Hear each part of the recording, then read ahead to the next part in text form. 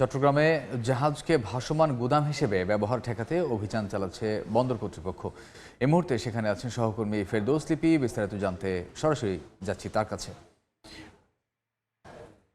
একজন নির্বাহী ম্যাজিস্ট্রেটের নেতৃত্বে চট্টগ্রাম বন্দর কর্তৃপক্ষ কিছুক্ষণ আগে অভিযান শুরু করেছে এবং এই মুহূর্তে আমরা আছি চট্টগ্রামের যে কর্ণফুলী নদী আছে সেই নদীতে। এবং আপনারা জানেন যে একটি অভিযোগ রয়েছে, কর্ণফুলী নদীতে লাইটারের জাহাজ ভাসমান গুদাম হিসাবে ব্যবহার করছে। অর্থাৎ আসন্ন রমজান উপলক্ষে যে পণ্য সামগ্রী বিশেষ করে প্রয়োজনীয় সেগুলো বিভিন্ন যে আমদানিকারক সারা আমদানিকারকগুলো আমদানি করে তা সেই সরবরাহ না করে প্রশাসনের যে নজরদারি সেই নজরদারি এড়াতে এই নদী সহ কর্ণফুলী নদী সহ বিভিন্ন নদীকে ভাসমান গুদাম হিসাবে ব্যবহার করছে জাহাজকে মাধ্যমে পণ্যগুলো রাখার।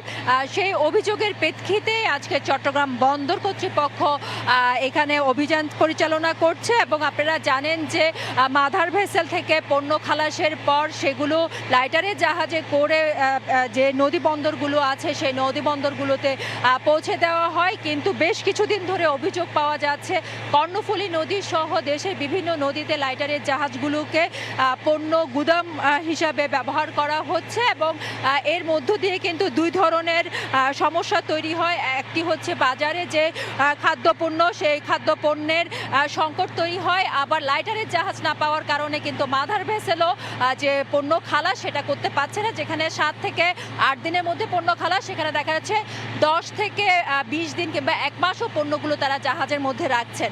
তো সেই অভিযোগের প্রেক্ষিতে আজকের অভিযান চলছে। তো এই ছিল আমার কাছে এখনো পর্যন্ত সর্বশেষ চট্টগ্রাম বন্দরে যে অভিযান তার। আমরা এতক্ষণ সরাসরি ছিলাম চট্টগ্রামে।